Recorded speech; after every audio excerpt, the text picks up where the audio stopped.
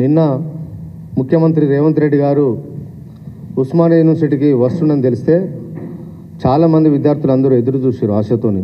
ఎందుకంటే ఎన్నికల ముందు హామీ ఇచ్చిండు, గెలిచిన వెంటనే ఉస్మానియా యూనివర్సిటీకి వస్తా విద్యార్థులకు అందరికీ ఖాళీలని భర్తీ చేయడానికి నోటిఫికేషన్ ఇస్తానని చెప్పి ఆ రోజు ఎన్నికల ముందు హామీ ఇచ్చిన రేవంత్ రెడ్డి గారు ఎట్టకేలకు 20 నెలల తర్వాతనైనా ఇవాళ యూనివర్సిటీకి వస్తున్నారనే ఉద్దేశంతో చాలామంది విద్యార్థి నాయకులు కూడా అందరూ ఎదురు చూసారు. మామూలుగా ఎవరైనా చిన్నపిల్లల దగ్గరికి వెళ్తే కూడా ఏమన్నా బిస్కెట్లో పండ్లో ఫ్రూట్స్ ఏమైనా పట్టుకుని పోతారు, చాక్లెట్లు పట్టుకుని పోతాడు. కానీ వాళ్ళ ముఖ్యమంత్రి స్థాయిలో ఉన్న వ్యక్తి కూడా ఉత్త చేతులతో నచ్చిండు, ఉత్తమ మాటలు మాట్లాడి రిటర్న్ వచ్చిండు తప్ప ఆయన ఉస్మానియా యూనివర్సిటీ కానీ ఈ రాష్ట్రంలోని విద్యార్థులకు కానీ నిరుద్యోగులకు కానీ ఏ ఒక్క స్పష్టత లేని హామీలు ఇచ్చొచ్చిండు. ప్రతిపక్ష నాయకుడు ఎప్పుడైనా ఉస్మానియా యూనివర్సిటీకి వచ్చడానికి ఒక అధికార హోదాలో ఒక ముఖ్యమంత్రి స్థాయిలో ఉన్న వ్యక్తి యూనివర్సిటీకి వచ్చినప్పుడు ఖచ్చితంగా ఎక్స్పెక్ట్ చేస్తారు. యూనివర్సిటీకి నిధులు కేటాయిస్తాడు, అప్పటికప్పుడే తక్షణం ఆఫీసర్లు అక్కడే ఉన్నారు, ప్రిన్సిపల్ సెక్రటరీ అక్కడే ఉన్నారు, ఎవరైనా అధికారులంతా అక్కడే ఉన్నారు కాబట్టి ఏదైనా చేస్తారని చెప్పి అందరూ ఆశిస్తారు. నిన్న పెద్ద మాటలు మాట్లాడాడు. సామాజిక చైతన్యానికి ఉద్యమాలు ఉస్మానియా లేవు, అలాంటి స్పేస్ ఇక్కడ నేను కల్పించాల్సిన అవసరం ఉంది, నేను కల్పిస్తా, డిసెంబర్ 9 వస్తా, ఇలాంటి పోలీసు బందోబస్తు లేకుండా ఎవరు లేకుండా వస్తా అని చెప్పి నిన్న రేవంత్ రెడ్డి గారు మాట్లాడారు. రా, డిసెంబర్ 9 రోజు వచ్చే ముందు ఒక ప్రకటించి రమ్మని చెప్తున్నాం. నువ్వు ఒక్కనివే రా, నేను బట్టి పోలీసులు కూడా గవర్నమెంట్ ఎవరు వద్దని చెప్పినావు కదా, ఒక్కనివే రా. నీ కాంగ్రెస్ పార్టీ కార్యకర్తలు రాకుండా, సెక్యూరిటీ గార్డు ప్రైవేట్ సెక్యూరిటీ లేకుండా, బౌన్సర్ లేకుండా ఉస్మానియా యూనివర్సిటీకి రావాలని చెప్పి ఇవాళ ముఖ్యమంత్రి గారిని మేము ఆహ్వానిస్తూ ఉన్నాం. వచ్చే ముందు బిస్వాల్ కమిటీ నివేదిక ప్రకారం 2 లక్షల ప్రభుత్వ ఉద్యోగాలు ఉన్నాయని చెప్పినావు కదా, ఎందుకు దాని మీద స్టేట్మెంట్ ఇవ్వలే నిన్న ముఖ్యమంత్రి గారు? మర్చిపోయినావా, లేకపోతే బిస్వాల్ కమిటీ రిపోర్ట్ దొరుకుతలేదా? మీ మధ్యలో కూడా మేము గుర్తు చేస్తున్నాం కదా, గడిచిన 20 నెలల కాలంలో కూడా ప్రతిసారి వీళ్ళ నిరుద్యోగులందరూ గుర్తు చేస్తూ ఉన్నారు. సార్, మీరు ఎన్నికల ముందు మాట్లాడారు కదా, బిస్వాల్ కమిటీ నివేదిక ప్రకారం మేము నోటిఫికేషన్ ఇస్తామని చెప్పి ఇవాళ 20 నెలలైనా ఎందుకు ఇవ్వలేకపోతామని చెప్పి ఇవాళ ఈ నిరుద్యోగులందరూ ఇవాళ ప్రశ్నిస్తారనే ఉద్దేశంతోనే మొత్తం ఇనుప కంచెలతోని చక్కగా టాగురట్టను అడుగుపెట్టిన తప్ప ఒక ప్రజాస్వామ్యబద్ధంగా స్వేచ్ఛాయుత వాతావరణంలో ఓయిలను అడుగుపెట్టినావు అని చెప్పి ఇవాళ మేము ప్రశ్నిస్తూ ఉన్నాం. ఇవాళ నీకు ఓయిలు అడుగుపెట్టాలంటే భయం అవుతుంది కాబట్టి వేలాది మంది పోలీసులు అందరినీ ఓయిల తింపుకొని పోలీసు పహారాల మధ్య చీమ చిటుకువన్నా కూడా భయపడే విధంగా విద్యార్థి నాయకులు ముందస్తు అరెస్ట్ చేస్తూ, ఒక దిక్కు చర్చలకు పేరుకుపోయిన విద్యార్థులను కూడా టాస్క్ ఫోర్స్లో పంపించి అరెస్ట్ చేసిన చరిత్ర ఇవాళ ఈ ముఖ్యమంత్రికి దక్కుతుంది. గతంలో ఏ ప్రభుత్వం కూడా ఇట్లా చేయలే. ఉమ్మడి రాష్ట్రంలో కూడా సీమాంధ్ర ముఖ్యమంత్రి కూడా ఈ రకంగా వివరించలే. ఇవాళ రేవంత్ రెడ్డి గారు చేయడాన్ని చాలామంది ఇవాళ అసహించుకుంటూ ఉన్నారు. యూనివర్సిటీ అమ్మాయిలు అందరూ ఎదురు చూసారు. ఇలా స్పెషల్గా ముఖ్యమంత్రి గారు ఇక్కడికి వస్తున్నారు కదా, 18 సంవత్సరాలు నిన్న విద్యార్థులందరికీ కూడా స్కూటీలు ఇస్తామని చెప్పి పైలట్ ప్రాజెక్టు అయినా కనీసం మాకు ఇక్కడ అమలు ఇస్తామని చెప్పి చాలామంది విద్యార్థులు ఎదురు చూసారు. వాళ్ళకి ఏమైనా ఇచ్చినవా? ఏం లేదు. మళ్ళీ డిసెంబర్ 9 అని చెప్పి వాయిదా ఇచ్చిండు. ముఖ్యమంత్రి స్థాయిలో అన్ని వాయిదాలు వేసే ముఖ్యమంత్రి ఇవాళ దేశంలో ఉన్నారంటే ఈ రేవంత్ రెడ్డి తప్ప ఇంకోటి లేరు.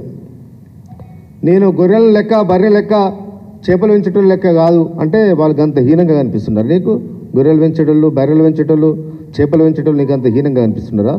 ఈ దేశానికి సంపాదిస్తున్నారు గొర్రెల పెంపకదారులు, చేపల పెంపకదారులు, పాడి పరిశ్రమ మీద ఇవాళ ఈ వ్యవస్థ ఈ రాష్ట్రం నడుస్తూ ఉన్నది.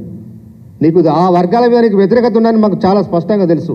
ఎందుకంటే ఇవాళ పాడి పరిశ్రమ ఎనిమల్ హస్బెండరీ శాఖను నీ దగ్గరే పెట్టుకున్నావు. కనీసం ఒక నయా పైసా కూడా ఆ డిపార్ట్మెంట్కి నువ్వు గడిచిన 20 నెలల కాలంలో కూడా ₹1 కేటాయించాలనే విషయం ఈ రాష్ట్రంలో మాకు తెలుసు, ఆ వర్గాలకు కూడా తెలుసు.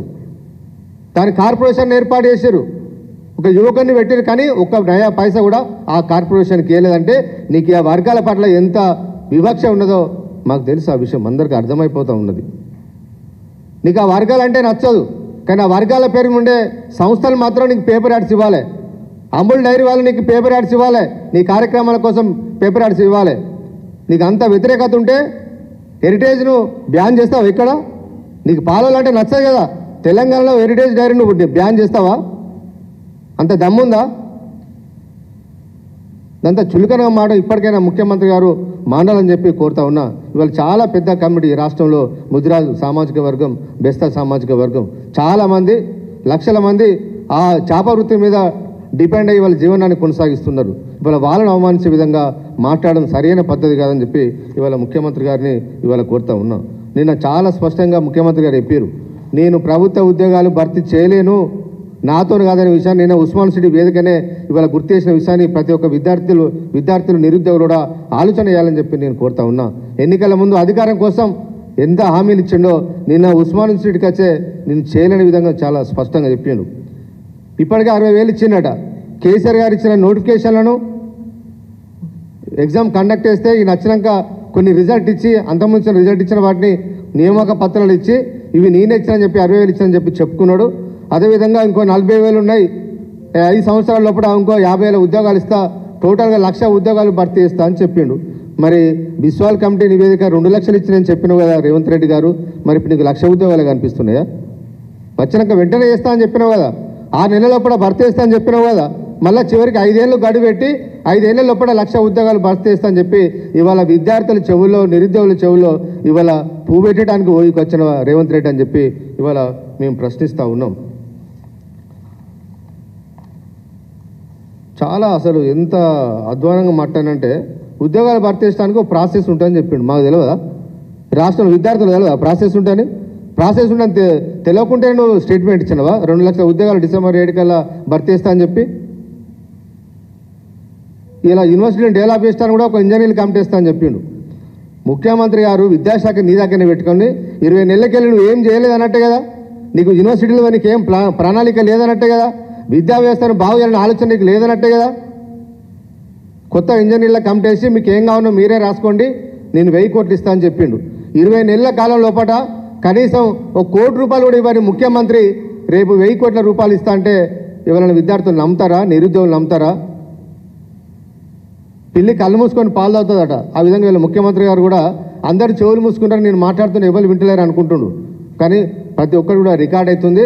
ఖచ్చితంగా సందర్భం వచ్చినప్పుడు నీకు బుద్ధి చెప్తారనే విషయాన్ని ఇవాళ రేవంత్ రెడ్డి గారు గుర్తుంచుకోవాలని చెప్పి కోరుతా ఉన్నా. కేసీఆర్ గారు నీలాగా ఊకదంపుడు ఉపన్యాసాలు ఎప్పుడు ఇవ్వలే. ఏదో యూనివర్సిటీకి వచ్చి పోతే అయిపోతానే ఆలోచనతో కేసీఆర్ గారు ఎప్పుడు మాట్లాడలే. నిన్న ఒక టీవీ ఛానల్లో జీ తెలుగులో అద్దెకి దగ్గర కూడా చాలా స్పష్టంగా చెప్పిండు. కేసీఆర్ గారికి యూనివర్సిటీ అంటే విశ్వవిద్యాలయం అంటే చాలా ప్రేమ ఉంటుంది. మేము ఈశాన్ రెడ్డి చనిపోయినప్పుడు, వేణుగోపాల్ రెడ్డి చనిపోయినప్పుడు ఎంత బాధపడ్డాడో అని చెప్పి ఇవాళ ఎమ్మెల్సీ అద్దెకి దయాకర్ గారు కూడా నిన్న చెప్పడం జరిగింది. వారు యూనివర్సిటీకి ప్రతిసారి రావాల్సి, విశ్వవిద్యాలయాలు రాజకీయాలకు వేదికగా ఉండొద్దని చెప్పి కేసీఆర్ గారు భావించారు కాబట్టి దాన్ని రాజకీయాల వేదికగా ఎప్పుడు కేసీఆర్ గారు భావించలే. ఆడికి రాకుండా యూనివర్సిటీ బాగు చేయాలనే ఉద్దేశంతో కేసీఆర్ గారు ఆలోచించారు. ఇవాళ దేశంలో ఎవరు దళిత వీసీని చేయలేనట్టుగా నేను ఒక్కరినే చేసినట్టుగా ఇవాళ నేను రేవంత్ రెడ్డి గారు ఏదో క్లెయిమ్ చేసుకునే ప్రయత్నం చేసిండు. ఇవాళ రేవంత్ రెడ్డి గారు కేసీఆర్ గారు 3 దళితుల్ని వీసీని చేసిండు. ఓ మల్లేశం గారిని శాతవాహన యూనివర్సిటీకి వీసీని చేసిండు. తెలంగాణ యూనివర్సిటీకి ఒక సాంబయ్య సార్ను కాకతీయ యూనివర్సిటీ ప్రొఫెసర్ను వీసీ చేసిండు. ఒక సాయి అన్న కానీ ఉస్మాన్ సిటీ ప్రొఫెసర్ను కాకతీయ యూనివర్సిటీకి ఇవాళ వీసీ చేసిండు. దళితులను మంచి పొజిషన్లో ఉంచిన నాయకుడు కేసీఆర్ గారు. హైయర్ ఎడ్యుకేషన్ చైర్మన్గా లింబాద్రి గారిని పెట్టిండు. అదేవిధంగా పబ్లిక్ సర్వీస్ కమిషన్ చైర్మన్గా గడ్డ చక్రపాణి గారిని పెట్టిండు. దళితులను మీకంటే 100 రెట్లు ఉన్నతమైన స్థానంలో ఉంచిన నాయకుడు కేసీఆర్ గారు. నీలాగా అవమానించే విధంగా ఎప్పుడు కేసీఆర్ గారు మాట్లాడలే. కాబట్టి ఇప్పటికైనా ముఖ్యమంత్రి గారు ఇలాంటి ఊకదంపుడు ఉపన్యాసాలు, గాలి మాటలు బంద్ చేసి ఒక కన్స్ట్రక్టివ్ మెథడ్ లోపల ఈ రాష్ట్ర అభివృద్ధి కోసం పాటుపడాలని చెప్పి మేము కోరుతా ఉన్నా. మీరు ఇచ్చిన జాబ్ క్యాలెండర్ అమలు చేయండి, ఇప్పటికైనా తొందరగా అమలు చేయండి. మీరిచ్చిన జాబ్ క్యాలెండర్కే మీరు విలువకపోతే ఎవరు విలువిస్తారు? రేవంత్ రెడ్డి గారు ఇప్పటికైనా ఆలోచన చేసి ఖచ్చితంగా ఉద్యోగాల భర్తీ కోసం మీరు ఇచ్చే వరకు కూడా బీఆర్ఎస్ నిరుద్యోగుల పక్షాన ఉంటుంది. చివరి వరకు కూడా మీరు ఉద్యోగాలు ఇవ్వకపోతే మీ వెంట పడుతుంది బీఆర్ఎస్ అని చెప్పి ఈ సందర్భంగా తెలియజేస్తూ జై తెలంగాణ.